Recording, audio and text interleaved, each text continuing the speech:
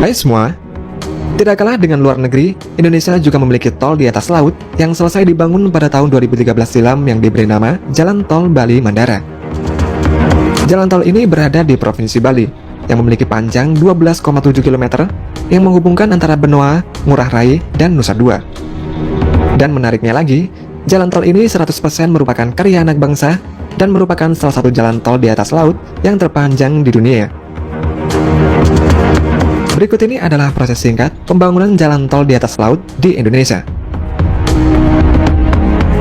Pembangunan jalan tol Bali Mandara ini menghabiskan total biaya sebesar 2,5 triliun rupiah, di mana 30%-nya ini adalah modal equity atau modal sendiri. Sedangkan 70%-nya sebesar 1,7 triliun rupiah adalah pinjaman dari 6 bank. Jalan tol Bali Mandara ini dibangun untuk mengurangi kepadatan lalu lintas yang selama ini terpusat di Bali Selatan. Jalan ini sendiri menghubungkan segitiga emas antara Bandara Internasional Ngurah Rai, Pelabuhan Benoa di Kota Denpasar, dan Nusa Dua. Jalan tol Bali Mandara ini berfungsi sebagai pelengkap akses jaringan di Pulau Bali, sehingga mempermudah akses ke pelabuhan maupun kawasan wisata lainnya. Selain itu, dibangunnya jalan tol Bali Mandara ini karena berkaitan dengan diselenggarakannya KTT APEC yang bertempat di Nusa Dua pada 2013 yang lalu, di mana Indonesia ini menjadi tuan rumahnya pada saat itu. Jalan tol ini mulai dibangun sejak bulan Maret tahun 2012 dan diselesaikan pada bulan Oktober 2013 yang merupakan tol di atas laut pertama yang dibangun di Indonesia. Untuk nama Bali Mandara ini diberikan oleh Presiden SBY yang kepanjangannya adalah Maju, Aman, Damai, dan Sejahtera. Tol Bali Mandara dengan panjang 12,7 km ini juga merupakan jalan tol atas laut terpanjang yang kelima di dunia.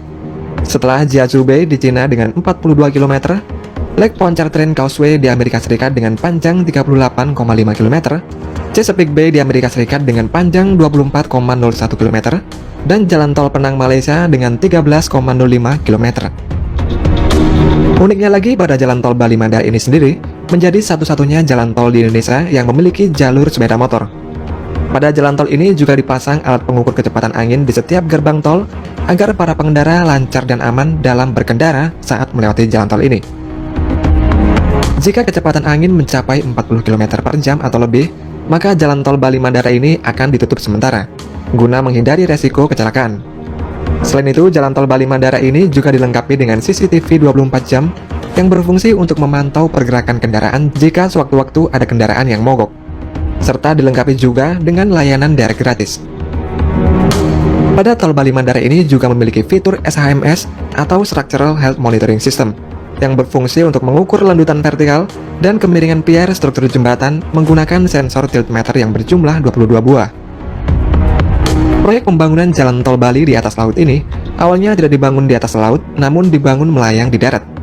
Kemudian dikarenakan adanya budaya di Bali yang tidak mengizinkan ada sebuah bangunan memiliki ketinggian melebihi pura, yakni maksimal 15 meter. Sehingga pada akhirnya proyek ini dibangun membentang di atas laut. Proyek tol Bali Mandara ini dibagi atas 4 paket pengerjaan. Pada awal desain tol, kontraktor memiliki kendala lahan yang akan digunakan untuk membangun bundaran karena bersinggungan dengan adanya pura yang tidak mungkin untuk direlokasi. Untuk mengatasi hal itu, kontraktor mengubah desain dengan sedikit bergeser agar tidak mengenai pura, sehingga bentuk desain bundaran ini menjadi tidak bulat sempurna. Proses pembangunan jalan tol di atas laut ini terdiri dari beberapa tahap, dan seluruh pengerjaan tahap-tahap itu dilakukan secara paralel yang dikerjakan pada waktu yang bersamaan. Sebelum pengerjaan dimulai, dilakukan dulu site installation, yaitu pekerjaan persiapan dalam pengaturan tata letak fasilitas dan sarana proyek. Pengerjaan dimulai dengan pemasangan tiang pancang yang dilakukan pada titik-titik pancang yang telah ditentukan. Masing-masing tiang pancang ini memiliki panjang 12 meter, yang ditanam di dasar laut dengan kedalaman mulai dari 2 sampai 4 meter.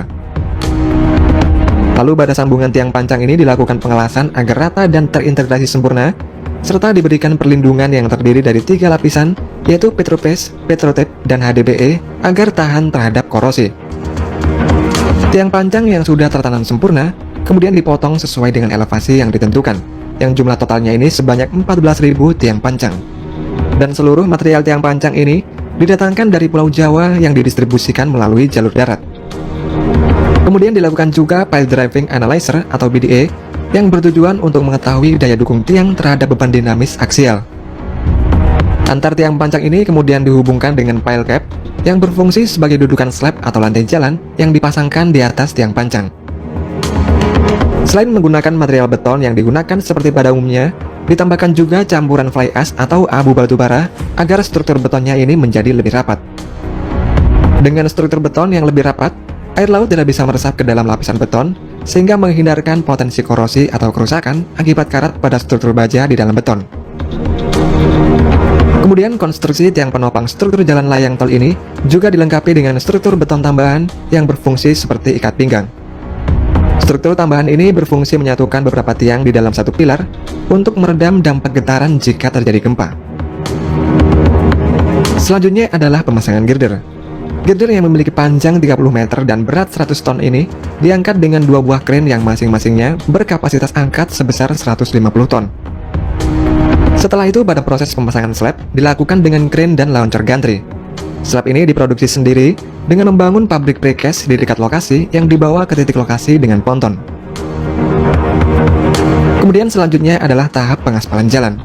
Seluruh material untuk pengaspalan ini didapatkan dari Bali, sementara aspalnya sendiri berasal dari Surabaya, dan lebih dari 50.000 ton aspal digunakan untuk pengaspalan ini.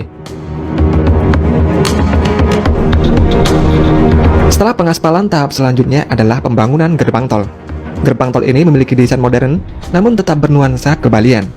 Dan yang terakhir adalah pemasangan infrastruktur pelengkap seperti rambu-rambu marka jalan, lampu lalu lintas, dan pengecatan pembatas jalan.